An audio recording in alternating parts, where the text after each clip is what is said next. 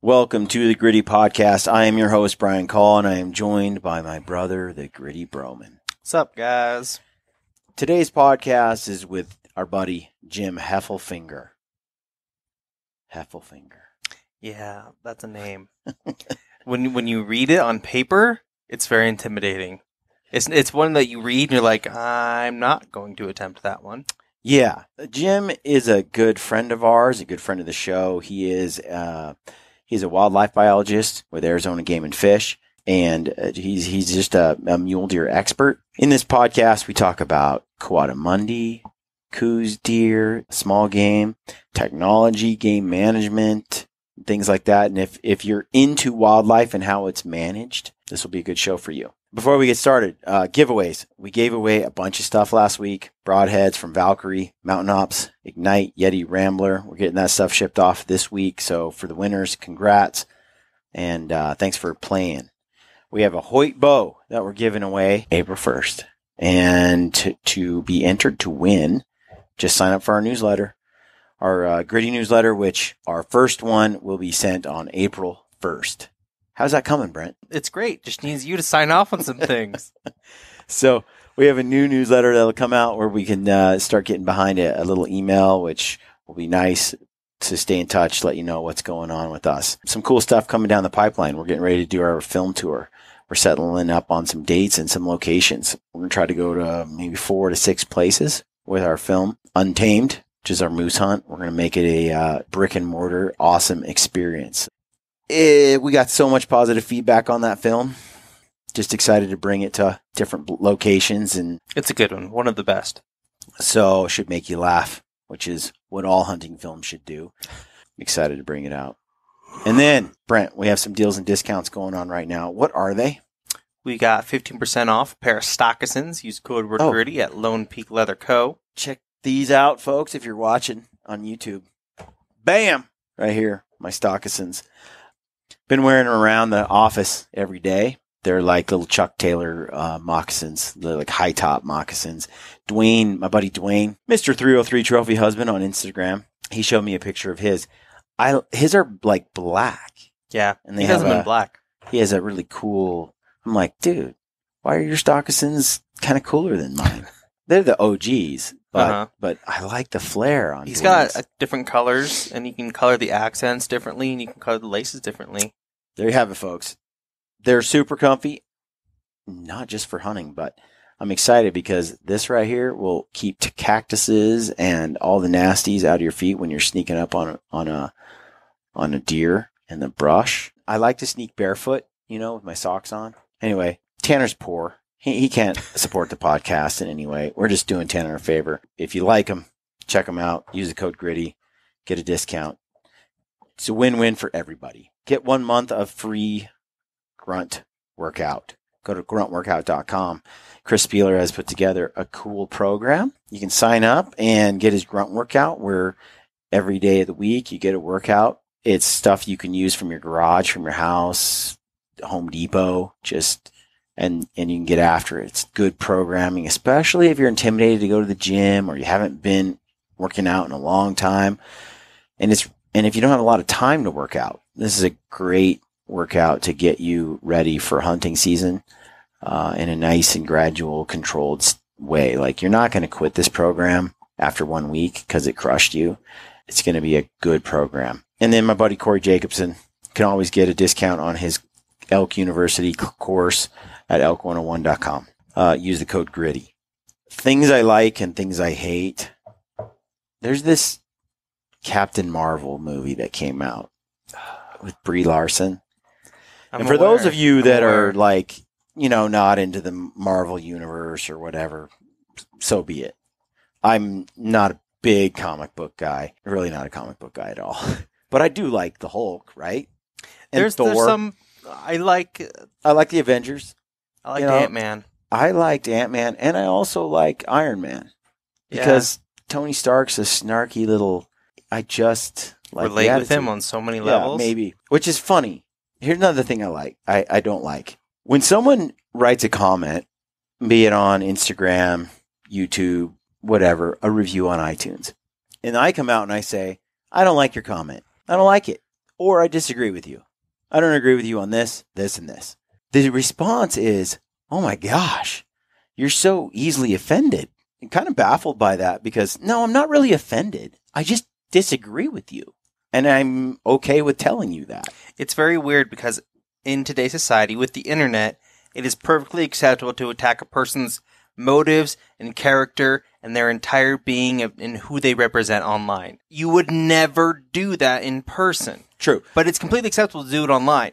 And if you rebuttal against them, that's also not acceptable. They have to be spoken and then not touched. That's the part that surprises me. If you come back and you just say, well, I think you're wrong, which I do often, or I'll leave a comment on a post that I don't like how it's written. And I'm not offended. I just think your post is dumb. And so I tell people I think it's dumb, or I think it's superficial, or I think it's shallow, or I just don't like it. And I will tell someone not to be mean, not to be rude, not because I'm offended, not because my feelings got hurt, because I feel like that's how people grow. That's how you learn. When someone doesn't agree with me, I want them to say so. I'm okay with that. And when I say, here's what I think, in return, I don't want you to go curl into a ball and cry, you hurt my feelings, or why are you so mad at me? I'm not mad at you. The problem is, Brian, is disagreement is uncomfortable, and people today want to be comfortable everywhere that they go. Quit being weak. Quit being weak. I agree. Well, don't look at me like I'm the one that needs to stop being weak. I agree. I'm just saying. I'm just a little, it's just a little, that's something I don't like. I get frustrated by that. So if you type something out to me on Instagram and I write back to you and we have a discussion, I want it to be a discussion. And I'm very blunt. I have no problem saying, I don't think you're right. But this is part of the learning. But man, people don't handle that well. They don't handle it well when you just keep saying, nope, I still don't agree with you. Keep talking to me though. Let's have this dialogue. And instead, people just bail.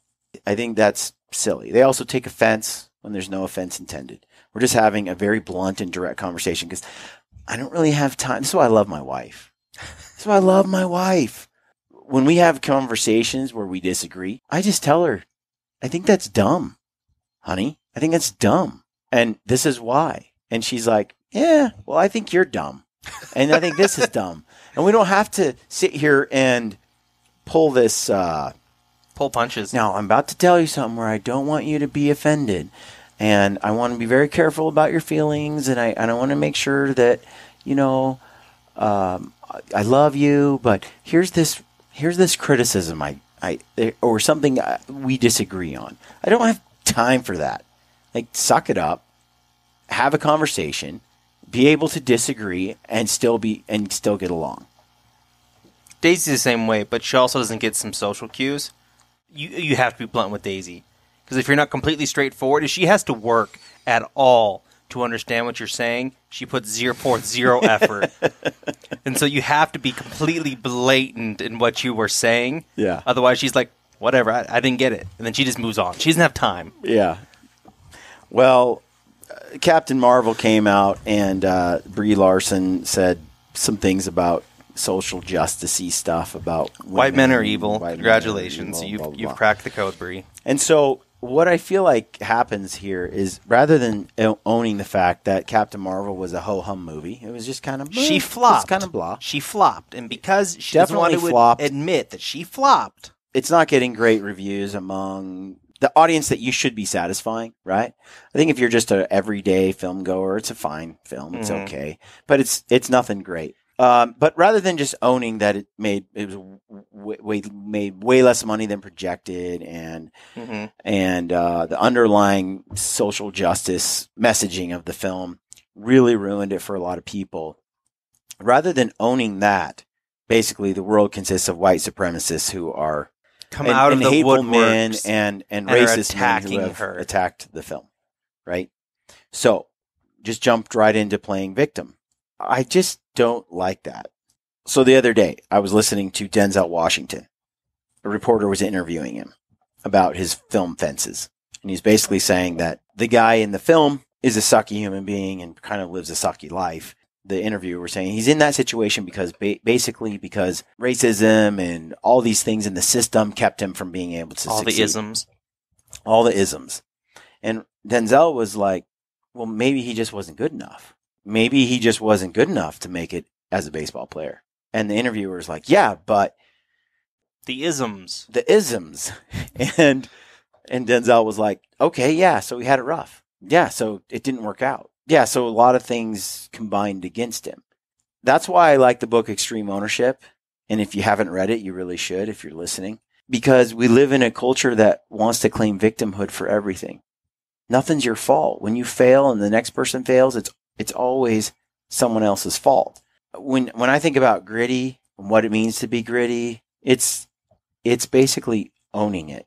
It's when you hear all these things about the isms, then you say, okay, yeah, so what? It's sort of like the Cameron Hanes, nobody cares, work harder. Yeah. Like, so what? Okay, life sucks for you because you had a crappy mother. You know that song by the Eagles? Not off the top of my head, no. Get Over It. That's like a genius song. It's one of my theme songs. I listen to it all the time. And I'm disappointed, Brent, that you don't know this song. I'm sitting here in my seat right now, slightly appalled. Really? I am a little bit. I'm a little bit disappointed. I'm the most musically inclined person in our entire family by a wide margin. So how come you don't know this song? Because the Eagles aren't that good, Brian. That's why. And I will fight anyone who wants to say otherwise. Not true. The Ingos. Hey, before you go on and dig a hole that you can't get out of, I'm going to read you these lyrics, okay? Okay. It goes like this. Here's the lyrics. I turn on the tube and what do I see? A whole lot of people crying, don't blame me. They point their crooked little fingers at everybody else, spend all their time feeling sorry for themselves. Victims of this, victims of that. Your mama's too thin, your daddy's too fat.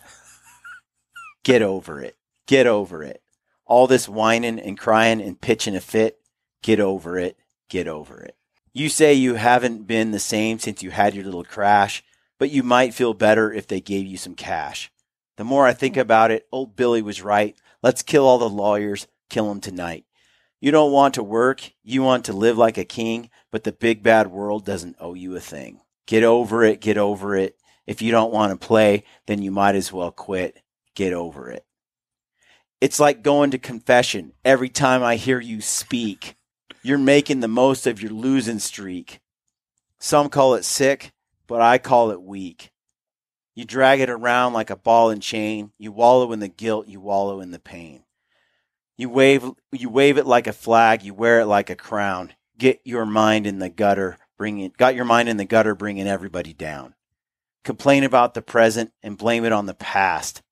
I'd like to find your inner child and kick its little ass. Get over it. Get over it. All this bitching and moaning and pitching a fit. Get over it. Get over it. It's got to stop sometime. So why don't you quit? Get over it. And that song was written how long ago? You admit it. You like it. Don't you? Yeah. I'm not saying the Eagles don't have some good songs, but I would like you to name more than 5, and that one's not on the list. So let's see. That's some brutal honesty right there. It was recorded in 1994. Really? Mm-hmm. I did not think they were still putting stuff out that late in life. They were putting stuff out in 1974 and 1994. Brent, you can't say they're not good, and they've survived this long. So anyway, I can. That's a different discussion. You get the point, right? Victims of this, victims of that. Your mama's too thin, your daddy's too fat. Like, you can't live like that. That is no way to live your life. Things suck. Suck it up and get over it. Move on. So what? So what if it's rigged? The system's out to get you.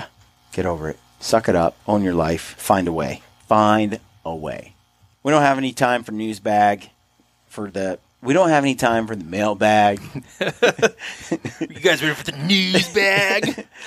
Upcoming events, Mountain Ops, Gritty Film Tour, the Total Archery Challenge, BHA Rendezvous. If you're going to apply for Montana, now is the time. I think the deadline is in 3 or 4 days. So if you want to hunt in Montana, you better get in and put your Who doesn't want to application. hunt in Montana? I know. They have I know. purple mountains. That's it, folks. Enjoy the podcast. And as always, friends, stay gritty. What's the mystery is your magical abilities to summon them up out of the depths of the desert. Do you guys have any idea what the population is down there? No, because nobody ever sees them except Brian. It's just, so we don't know. Yeah. I heard on the podcast later after I left that you saw him like 3 different times or 4 different times. 4 times, I think. For Quaddy. How does that happen? You ready? Yeah. All right, folks. Welcome to the Gritty Podcast. I'm here at the Hunt Expo. I'm your host, Brian Call. My co-host, my brother, Gritty Broman, is here. And I am joined by guest Jim Heffelfinger. Where does Arizona Heffelfinger originate Swiss German. from? It is Swiss German. Yeah, there's actually a little town that my dad's done all the genealogy back to the 1700s. A little town called Diekton, Switzerland. Diekton. And 2 miles from Diekton is a little village called Heffelfingen. No way. Yeah. And that's where our family's from, that little area. Well, Jim Heffelfinger is here, Arizona game and fish biologist, specializing in deer. We did a podcast last year at the Hunt Expo, and it's one of my favorite shows. We talked about a lot of interesting stuff. We did. Off the cuff. It was sort of nerdy, I guess, but I liked nerdy stuff. It was. We talked about basically deer and deer evolution, and Yeah, I'm here for nerd stuff at not only at the expo here, but all day yesterday. We met, the Mule Deer Working Group met. The Mule Deer Working Group is a group of mule deer biologists throughout the West, one representing 23 Western states and Canadian provinces. So it's the West leading mule deer people. And I chair that committee, and we get together twice a year, and once is the Wednesday right before the expo. So we talked nerdy deer stuff all day yesterday. nice. So what's the latest on nerdy deer stuff? The big thing that we've been spending a lot of time on is migration corridors. It's a really hot topic, a lot of momentum gaining for all of that. Wyoming's done a whole bunch of really good work putting GPS radio collars on deer and then just defining their path from winter range to summer range. And we're learning some really amazing things and learning how important it is not just to protect winter habitat or summer habitat, but the fact that those passageways in between the two are not just conveyor belts that the deer just decide to go to one to the other, but they'll actually spend 4 months of the year in transit between traditional summer and winter ranges. And so those corridors are important habitat in themselves to preserve, because we sever those corridors and they're not going to do well. Wow. Yeah, so we're doing it. There's a lot of new research, a lot of emphasis. Last year at the expo here, Secretary Ryan Zinke, who was the Secretary of the Interior at the time, signed a Secretarial Order 3362, which directed the Secretary of the Interior, or directed the Department of the Interior and all the bureaus to identify migration corridors for big game and to take steps to protect them. And they brought a bunch of money to the table to do that. And so federal agencies, state agencies have been working really hard to do that. That's been a real focus and real interest for a lot of people. I've had this discussion many times on the podcast. We live in a world where there's certain species who win the lottery with civilization, With development, yeah. and development, and there are species who lose. Yep. I was just researching grizzly bears the other day, and brown bear, and so on, and where they live and what sort of range they need. Mm-hmm. Mm-hmm. And basically, they just can't effectively live in any sort of civilized area. Yep. They need true, untouched, contiguous patches of wilderness to Sooner or live. later, many of them are going to just get in trouble. Yeah. And As opposed to coyotes, which will live in the middle of a big city. exactly, and be they'll undetected. survive. Then mule deer, much the same, where whitetail can just thrive in your Right. backyard. Right. Yep. But mule deer deer are much more sensitive to development of all kinds. Oil and gas development or housing development, highways. And then understanding that they migrate to such a degree. When do people really, really understand that mule deer move multiple states? Probably in the Pleistocene. There's records, and I'm serious, there's records for pronghorn, and the same thing is probably true, that our native people knew about these migrations, and they set up on the migration at that time, and they took advantage of that to kill them. And so these things have been known for a long time by people who lived in those areas. But and even in the 1940s and 50s, when we first started doing wildlife research with some of the federal aid money that we had from hunting and fishing dollars, the early research there was maybe to put a colored collar on an animal with no radio in it, or an ear tag, and then later on that animal would be seen someplace else, like on summer range, and they would record it was collared here, and then we saw it here, and they'd have 2 data points. Now we put GPS collars on, and they beam up their coordinates for the animal. You could do it every 15 minutes if you wanted. Every hour, every 2 hours, it beams up their lat long of where that animal is, and biologists are sitting back on their laptops downloading millions of data points. And you put all those together, and it really shows you what areas they're using and what areas need to be protected for those animals. Wow. So what do you think is the greatest threat to mule deer? It always comes down to habitat. Predators can affect populations, but predators and predation normally don't drive populations up and drive them down. Habitat and nutrition and lack of disturbance is what keeps our herds healthy. And so we need to focus on habitat, and then we can work on those other things that do affect deer herds too. But it's always driven in the Southwest. It's driven by rainfall, and that's because rainfall is what brings nutrition. In the Rocky Mountain states, it can be winter precipitation, which comes in snow. So harsh winters, deep snow can really hit deer populations, kill adults, kill most of the annual recruitment into the population. What about CWD? Because I've heard Ranella do a few podcasts on this, and especially in the whitetail space, I've heard this is a major concern. As this looming nightmare of what is coming down the pipeline could potentially.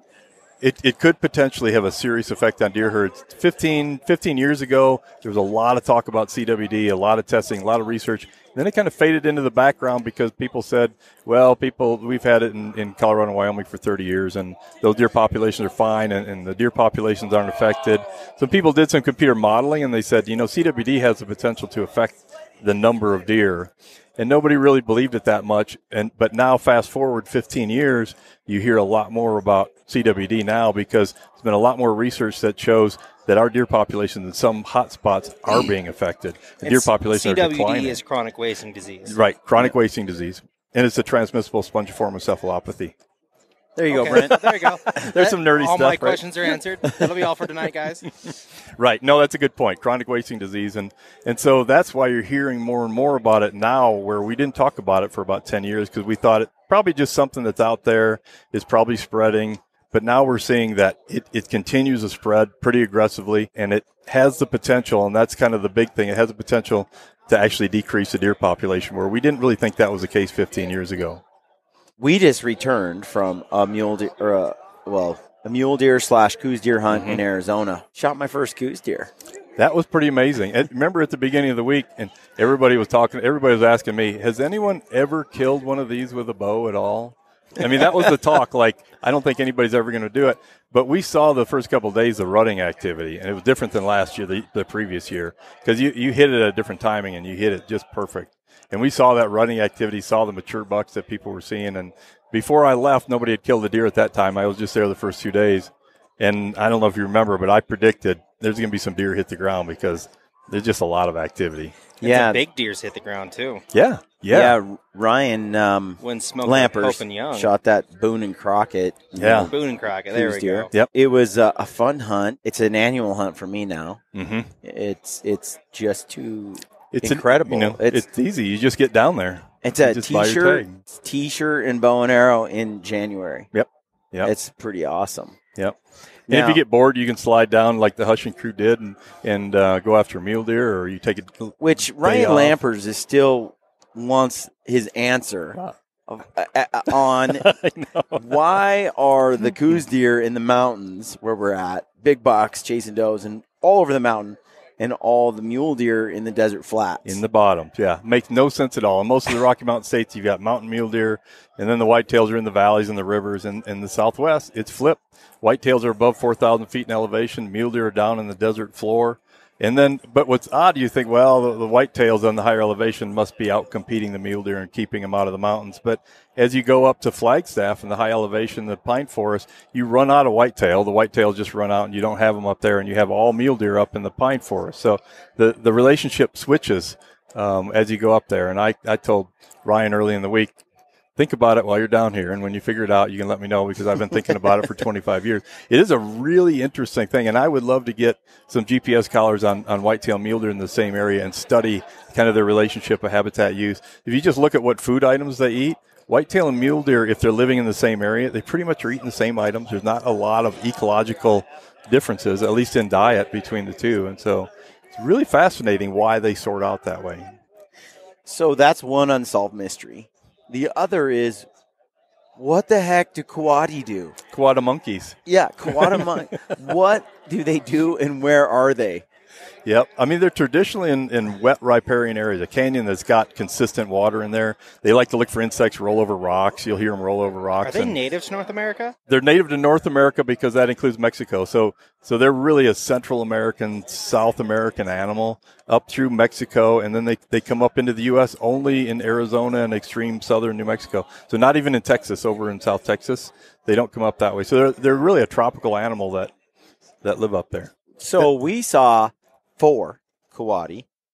Ryan and I've seen 4 in my life. No, I've seen more than that, but it's not very often that you see coatis. What's interesting is no one else in that group that was out every day saw a coati. Right. And we were, that first morning, I was with Randy, and we were overlooking what they called the coati castle. And they told me and they said that rock right there is where Brian was standing on. So I was right in that area. We glassed that all morning. We didn't see any coatis in that same area. We went back there all week and never saw a single coati over there. Yeah. But Ryan and I legit saw Ryan still kills me. It's still, looking back, I'm still annoyed. If he were here, I would let him know. He didn't pull the trigger. He didn't pull the trigger. He had that one like 85, 90 yards, and he's waiting for the perfect shot. And I'm like, shoot him. And he's like, well, and he's waiting for him to step out and like give him this like full body shot. And you're talking like the most minute little blades of grass. Yeah, there's some grass in the way. And he's just sitting there. And I don't want to push Ryan. It's you never want to push a guy when he's it's his choice. When he pulls the trigger, when he shoots the bow, like all that that's someone else's journey. But, man, it was hard for me to bite my tongue. Me and Brinker sitting there. And then finally that thing, like, ducks and moves off and gone. It was gone. Gone. And that was a funny podcast, you guys sitting by that tank, whispering. That was good. I like that. Ryan Lampers was so. That reminds me, I brought something from Arizona for you. Did you? Folks, I have a stuffed coati. Now you have your very own coati. Thank you. I don't think it's anatomically correct, this stuffed animal here. I think that tail should be longer, probably. Age is 5 and up. This is awesome. This might be the closest thing I get to a coati now that I shot one with a bow. I told Ryan, I'm like a legend now in his eyes. Yeah. I'm a legend in everyone's eyes. Like you were talking about running into people that were saying, hey, this guy shot this coati. Yeah, I did. They're like, they didn't know it was me. They're like, yeah, and he did it. It's on Instagram, and he did it with a bow. Yeah, it was pretty funny. I am he. They are hard to. I mean, we saw 2 more, and this is the part that killed me. We legit had one walk by us at 15 yards. It was the only time he and I did not carry our 17 HMR, which we had the whole time slung over our shoulder, or our bow. And here it is, and it stands there for, I don't know, 2-3 minutes, and my gun is 80 yards behind us. Ryan left his in the truck because that Boone and Crockett monster buck, the one it's a little bigger than the one Ryan actually shot, was the one we were after. He saw it, and so he ran up to get our attention, and he ditched the gun. Anyway, it's just the moment you put your gun down, these things happen. Always. That was funny. But I am curious now more than ever about their behavior. We had multiple chances where coati steps out. We think we got him cornered. Where's he going to go? He goes into some brush, and we're like, okay, and gone. Get ready. They're like magic leprechauns or something. I do believe that they're magic. I think that's the only thing that explains it. As a scientist, I would have to conclude that they're probably just magic. What are and I can't predict where they're going to be, what behavior they're going to exhibit, but they are the coolest animals when you watch them move around. They're like monkeys, but they're not. Mm-hmm. It really looked a lot like a badger. Mm-hmm. Or a lemur. With the ring tail, they look like lemurs too. But there was one, when we were watching a couple of the males that were super, they had a lot of swagger, real mature, tails straight up in the air. They're swinging from trees, dropping on the ground, and just kind of, they walk like a bear, almost they waddle. and they kind of are just like, I'm it. They make me And they- think badger meets raccoon. Yeah, and they run on the hillside and they stop and they do something else and then they like run over here and then they hang out and they're just like, I own this world. And they go sleep in trees. Yeah. They sleep up in trees. And then saw what we can only assume is more of a juvenile male. It didn't have the same markings. Just light or dark markings. Yep. But definitely a male because I don't think it would be by itself if it was because they run around in troops, which is usually groups of females for sure. And this male didn't hold his tail straight up, kept it down, stayed a little lower, walked more with less swagger, just less confidence. Yeah. He may have been kicked out. He may have been a juvenile that got kicked. A male that got kicked out. Just a different kind of everything. I don't know. He gave us a slip too. We couldn't even shoot the young ones. So, man, when you came across 40 of them at once, like the year before with Randy. Yeah, that huge group. They were easy to spot. I mean. Yeah, the lion hunters say that they're hard on hounds. I don't have any firsthand experience, but apparently when hounds get into them, they'll tear up hounds. That's what I hear. Well, Ryan was looking at it, and he's like, how does that animal survive? It looks so... I remember he was saying that. Yeah, it looks so eatable, like so killable. Yep. Magic is the only thing that explains it. Yeah, because you compare it to... But you think about it, a raccoon is similar. All in all, there's quite a few animals, like a coyote or a cougar or something that seems like it would just make a light snack out of it. Yep. But they seem to be able to handle themselves. They've never been abundant all over. They've just been in kind of a canyon because they're a tropical animal. They're not going to be living on these dry Cancas hillsides. They're going to be in these wet canyons because that's as far north as their range goes, and they can live in those wet canyons, but they're not going to live other places. Although we'll have them as far north as Flagstaff. We were elk hunting one time, and I ran into a group of them in the Ponderosa Pine Forest, just southwest of Flagstaff. That's bizarre for a tropical animal to be like that. It's really neat, though, to see that population out there and doing so well. But that one that charged me the first year, it was mean. It was really mean. It was intimidating. It's like... Especially when you don't know what it is. Yeah, and its tail's in the air, and the grass is coming down, and it comes up, and it's got its front legs up, teeth wide open. I was like... Whoa, chill out. It's got like the little mask, like a little bandit. I didn't expect that. And after seeing that behavior, it doesn't surprise me they mess with hounds and stuff. When you see them aggressive like that. And also, after shooting one with an arrow, I swear they're like RoboCop. Like they can't die. Like you can shoot them and they just are so tough that it doesn't surprise me that they hold their own against hounds and whatever, bobcats. Make a living out there. They are scrappy suckers. They're tough. They're bold. Which makes them a really fascinating animal. Just the fact that they're different and people aren't familiar with them. You used to be able to hunt them year round, but we've restricted that season, and not really to protect those animals, but just because we didn't want unlimited harvest on those things. They're unique enough and small in distribution, and wanted to have some element of protection. But still, there's no reason that people couldn't take one once in a while. So and they're not heavily exploited, so it's not a problem. And they taste. I didn't hear about them until Brian shot one. Didn't even know they existed. Well, and they taste great. Like they are good eating. That was interesting. They are table fare without question. That was a little surprising. Even Hank Shaw was not certain. He thought they'd be more like a raccoon. But a raccoon meets purple almost. Red, purple. He was kind of hesitant, and I was excited. I want to try this. This is going to be really cool. And I was kind of surprised at how good it was. Once he saw the white meat, he was like, we got to try this. And turns out that it was delicious. Yeah, he could make anything delicious. But I think if he just braised it in beer and tomato sauce for like 6 hours until it was tender, and then finished it on the grill with some barbecue sauce. So anybody could do that.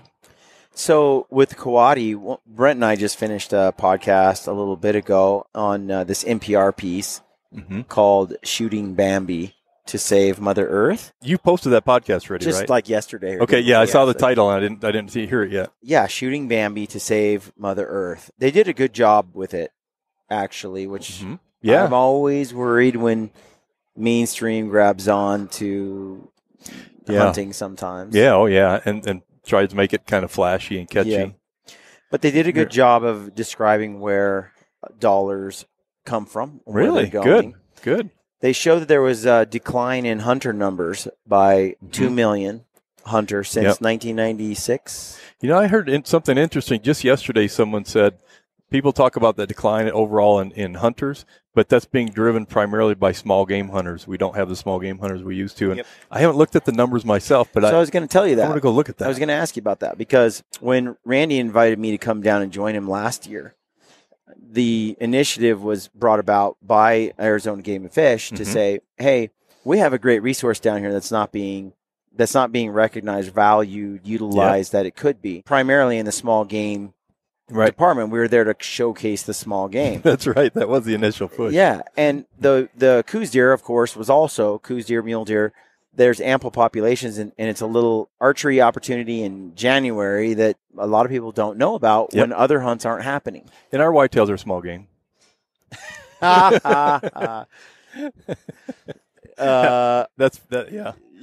for Uncle Kevin. Yeah, the best was it you who said the best thing about Coues deer is that after you shoot them, you can put them in your pocket to pack them out. Pack them out. So that was interesting. When we listened to that piece by NPR, they said that overall there's a 2 million total numbers of licensed sale decrease reduction. In it was like 13 million to 11 million, roughly somewhere in there. Yeah, but the decrease in big game hunters went from something like 10 million to 9 million. Yeah, much less. Where the decrease, I don't know what percentage that, like 10%. It was less decrease. Than that, yeah. But in big game, it was a 50% drop, roughly. Yeah, I mean, small. We've been talking about that, right? We've been talking about that for a while. Rabbit hunting. Yep. Everybody used to rabbit hunt, squirrel hunt. Just don't see that anymore. There's no reason. And waterfowling had a significant decrease too. It was like waterfowl was the biggest. 20%. Small game and waterfowl took the biggest hits. Yeah. Yeah. Which surprised me, just because of all the duck hunters and how rabid they are about duck hunting. Yeah, but that's the thing. I think some people that are really into it, they've got the dog, they got the boat, they have the decoys. That's a type of hunting that it's hard to break into unless you've got a friend that has that stuff to get you started. I'm a thoroughbred puddle jumper. I do not have a dog. If I want to go duck hunting, I'm jumping a puddle because I don't have the gear for it. Yeah. A little harder entry to enter into that, the waterfowl. So that decrease in numbers, when I talked to, Zerlingo down there, we were talking about the numbers in the small game hunters. Yep. We really do want to see a surge in small game hunters. That would it's a resource clearly being underutilized. Yep. Quail hunting and small game. Jackrabbit. Small game populations have this high reproductive rate, high mortality rate. And when hunters come in and take a whole bunch of them, they're really just replacing that natural mortality and not affecting the population much. You have something like elephants with a 2-year gestation period. You can't do that. So you got to hunt. Or brown bears. If you're hunting them, anything that has that low reproductive rate, you got to hunt way less. But with small game, you can exploit those. You get a lot of people out there having fun, getting meat. Populations aren't really impacted by predation as much as they're impacted by habitat and weather. Yeah, it's all wild fluctuations of mostly weather. I was surprised, though, by those numbers. And Wade said there's been an increase now.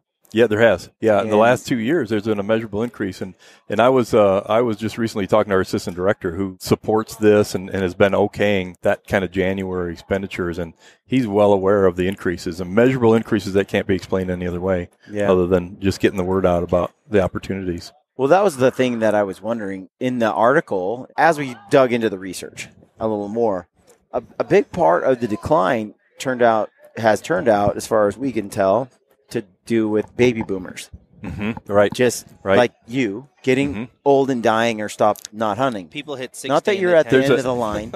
You got time. I'll let you know I'm at the tail end of the early part of the baby boomers. But no, you're right. There was all these people that they came back from World War II in the 40s. They had learned how to shoot a gun and they had a little bit more money coming back. They learned how to camp out in the woods, unfortunately, under some bad circumstances probably. But they came back and they were kind of well suited for hunting. And there was a big hunting boom there. And those people then, that generation there of hunters is now aging. And it's like a big bulb of water going through a garden hose, and it's getting towards the end of the garden hose. And we're going to lose that big swelling if we don't get someone to replace them to support the system of conservation we have. We have to have that base to do all the good things we're doing.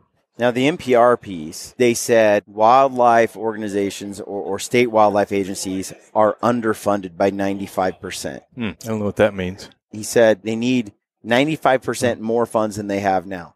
And when I heard that, I thought, wow, you cannot tell me we had a decrease in hunters and that we have this problem because most of our income, they said 95% of wildlife management funds comes from tag sales and from the Pittman-Robertson Act. But state agencies, and it varies. Ours is about 2/3 because we have some lottery money and some other things coming in. But anywhere from 60% to near 100% comes from the sale of hunting and licensed dollars. But then also that tax on hunting and fishing equipment that we call federal aid. Yeah.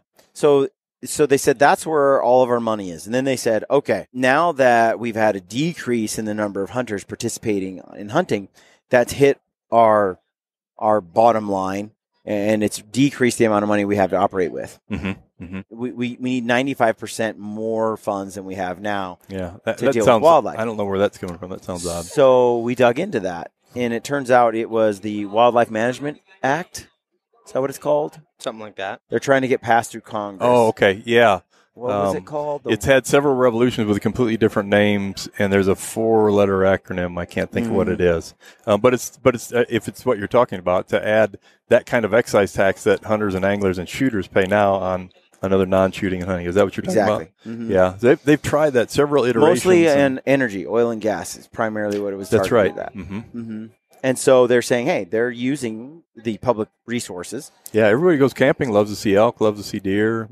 Everybody loves to see it. And right now, it's a user pay everybody benefits system. They're saying that they're already extracting these fees from oil and gas. What they're saying is they want to take a small, it's like $200 billion or something, and they want to take $1 billion of it and reroute it to conservation. You think that would be a no-brainer, but they have a hard time getting it passed. Yep. But that 95% deficit, that's the part I was like, well, where are we at? Well, where does that come from? Yeah, I don't know. And that was driven by the same organization, the act that they're working on passing. Mm-hmm. Oh, gosh, I wish I had it in my head right now. But it basically said we're losing species by the day.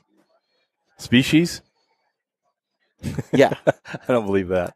Insects, maybe? Well, that's what they're talking about, like that there's animals going extinct on a... Yeah, I think a lot of that stuff has been overblown because I'd like to see the list of the species. I think some of that's just we went overplayed. through it, and it was like 800 different butterflies. Mm-hmm. And then, we went through a long list on the podcast.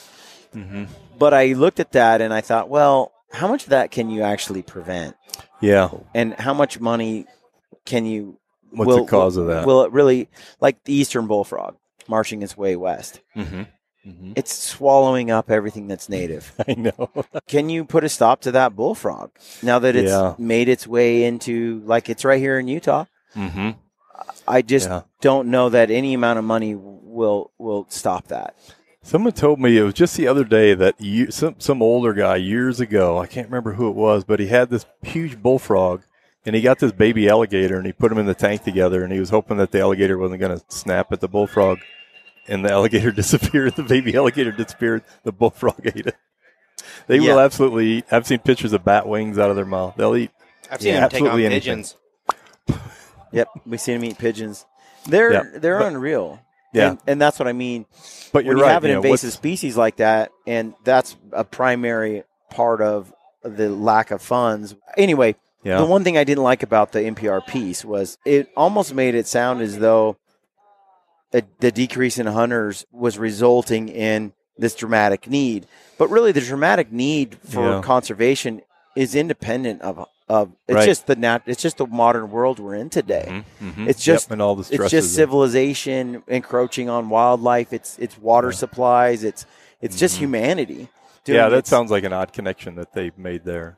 Yeah, and so I thought, well, I applaud them for highlighting the fact that where money comes from primarily, and that it's fueled by hunters primarily, and that we need to share the load. I just felt like it was a little misleading to make it sound like that deficit has been caused by a decrease in hunting. Really, the deficit is independent. It's just the natural world's falling apart. Humanity increasing, and just, there's no places that are going back to nature. There's all kinds of wild areas that we're losing from just our population expanding.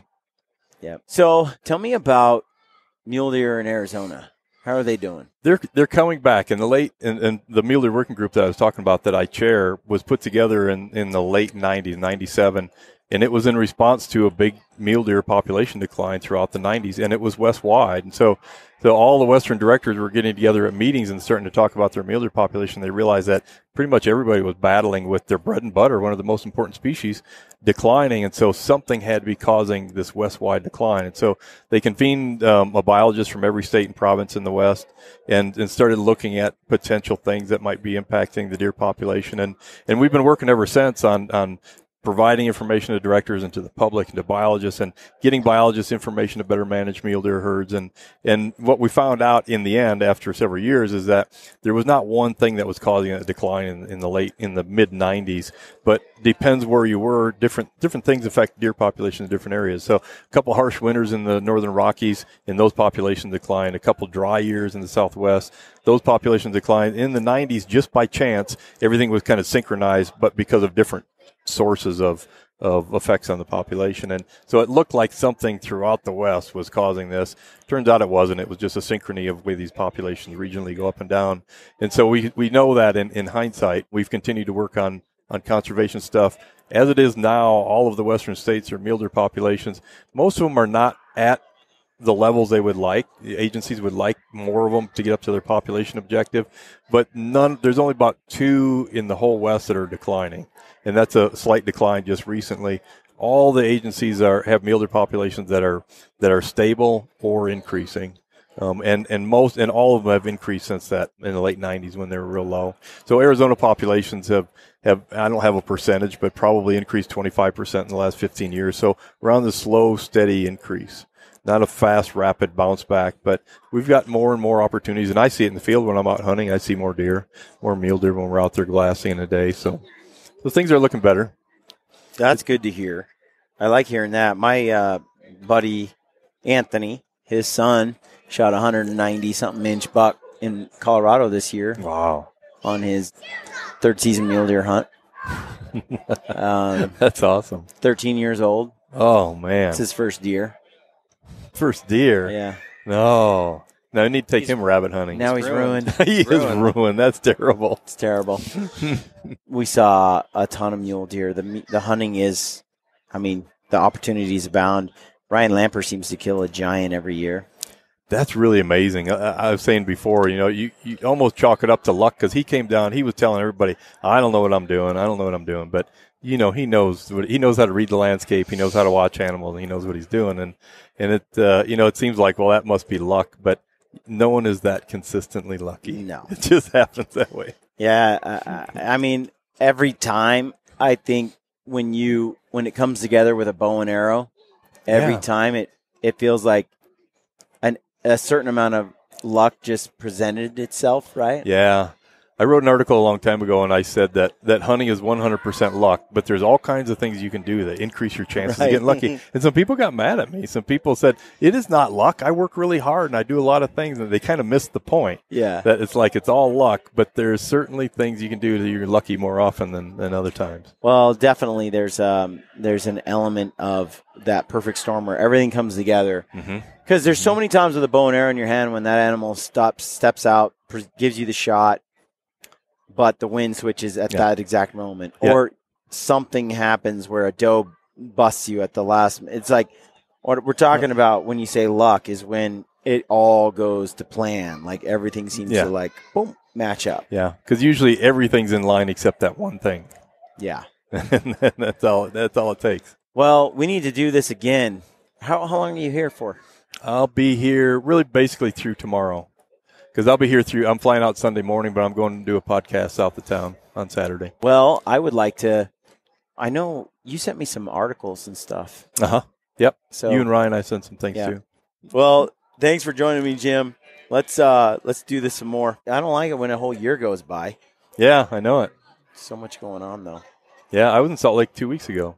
You need to call me when you're in Salt Lake. Yeah, I should have. I had a lot of things going on with a workshop here. It's better. And I didn't have wheels. That was the problem, too. I couldn't drive up. It's definitely better to podcast at the studio. Yeah. Oh, yeah. I'd like to see that studio. That is sweet. People keep giving you gifts. And hanging them on the walls. That is really neat. So, folks, thanks for tuning in to the Gritty Podcast. Jim, people can find your work. You have a book. Yeah, I've got a website, deernut.com. I sell my book, Deer of the Southwest, which is reprinted the second printing. But also on Instagram as Jim Deere with an E at the end, like John Deere. In fact, you can look for the John Deere logo, Nice. but I photoshopped it so it was a mule deer instead of a whitetail. So crash the boards. Find me on Instagram because my son's 15, and he's posted about 7 posts, and he's got twice as many Instagram followers. I don't know how that works.